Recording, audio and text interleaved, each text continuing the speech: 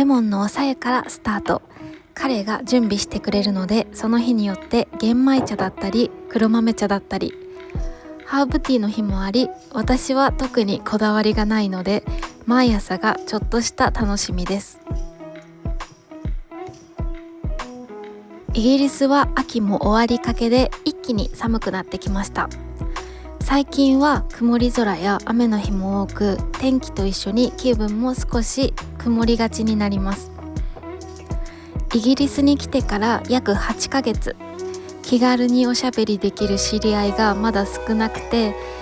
家で独り言がちょっと増えたかもしれません。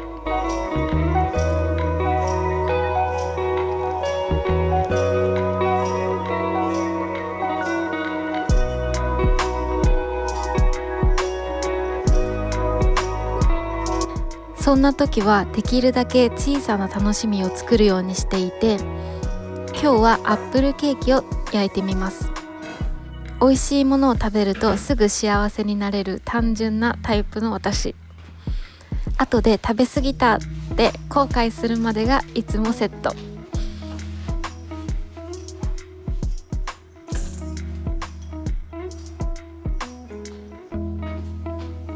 オーブンの中で生地が膨らんでいくのを見ながら甘い香りが広がっていくこの時間が何よりの癒し。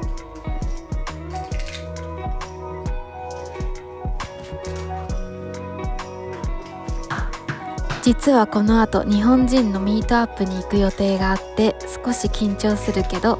誰かと日本語で話せる日ってそれだけでワクワクします。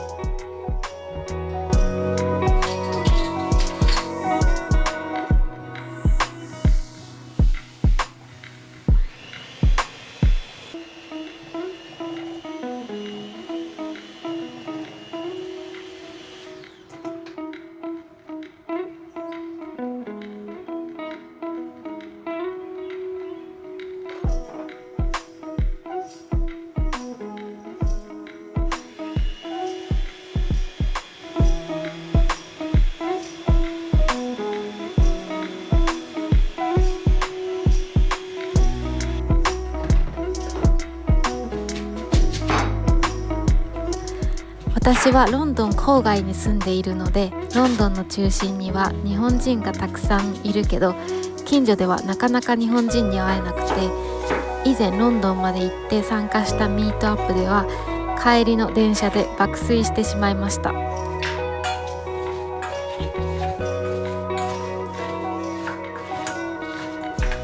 なので今回は家の近くで開催されると聞いてとっても楽しみです。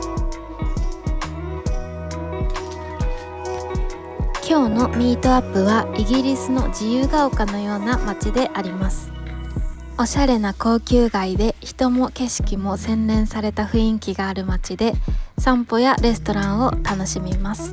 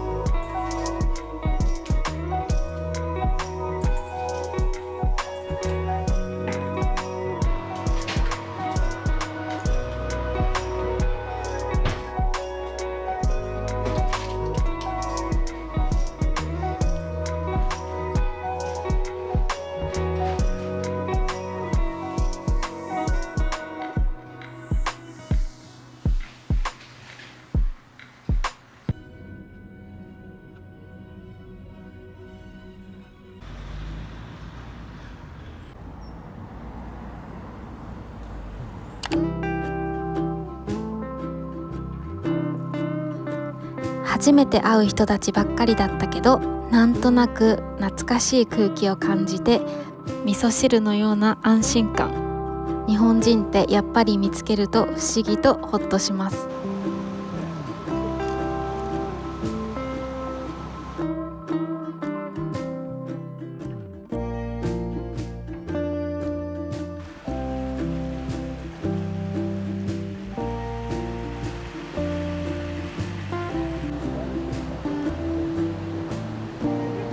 初めて会う人ばっかりだったけど、初めましての響きで少し緊張がほどけました。スシローの話や日本より安く買えるものの話で盛り上がって、お寿司高いよねという話で全員がうなずく瞬間、なぜか戦友みたいに感じました。久しぶりにこんな風に自然に笑った気がします。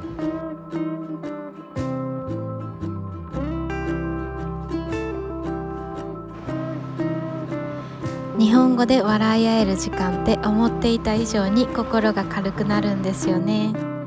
普段は家でリモートワークをしているので、一日中人間の声を聞かないこともあって、だから今日みたいにたわいもない話をできる時間が本当にありがたいです。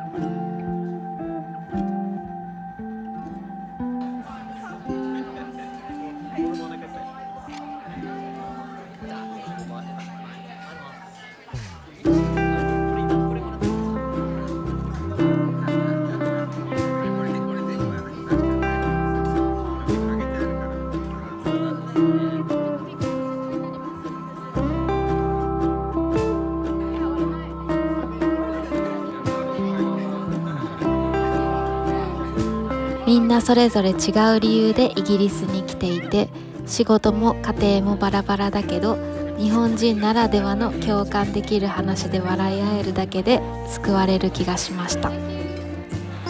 日本にいたら絶対出会えなかったようないろんな人生を歩む人たちと過ごす時間、それが少しずつこの国での居場所を感じさせてくれます。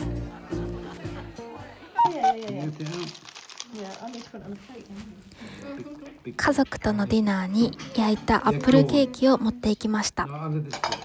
作ったのって聞かれて、ちょっとドヤ顔でうんと答えました。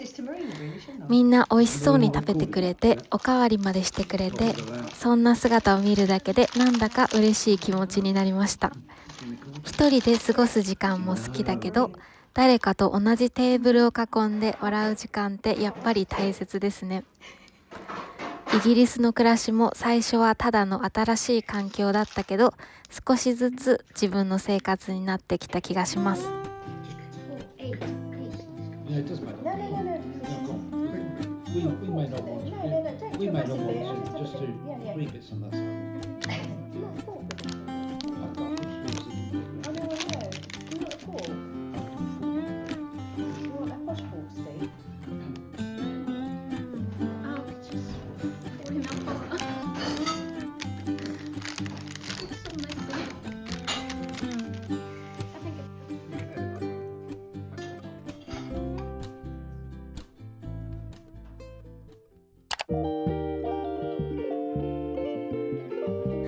日曜日は友達のコンサートを手伝いました。アフタヌーンティーコンサートという名前の通り、コンサートを聴きながらお客さんがコーヒーや紅茶、ケーキを楽しむスタイル。私はコーヒーと紅茶を入れる係。改めて思ったんですが、イギリスの人って本当に紅茶が好き。体感で8割ぐらいは紅茶を選んでました。しかも年齢層がちょっと高めで、皆さんカップを両手で包みながらすごく幸せそうに飲んでいて、なんだかほっこり。それにしてもイギリス英語って本当に丁寧ですよね。かわりいただけますかの一言にもまるで王室に許可を取るかのような丁寧さ。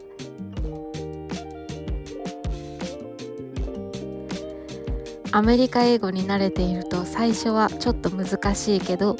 最近はその丁寧な響きがなんだか素敵だなと感じるようになりました。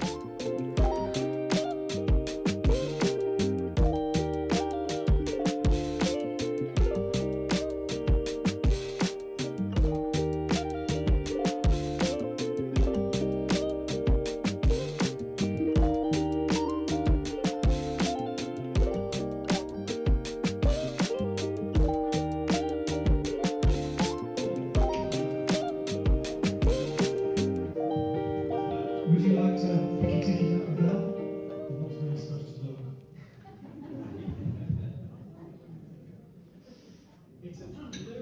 that. 演奏が終わった後、ありがとうと花束をいただきました。花瓶までセットで渡されて思わずテンションが上がりました。移住してからたくさんの初めてに戸惑ってきたけど、こうして誰かの役に立てる時間が少しずつ増えて、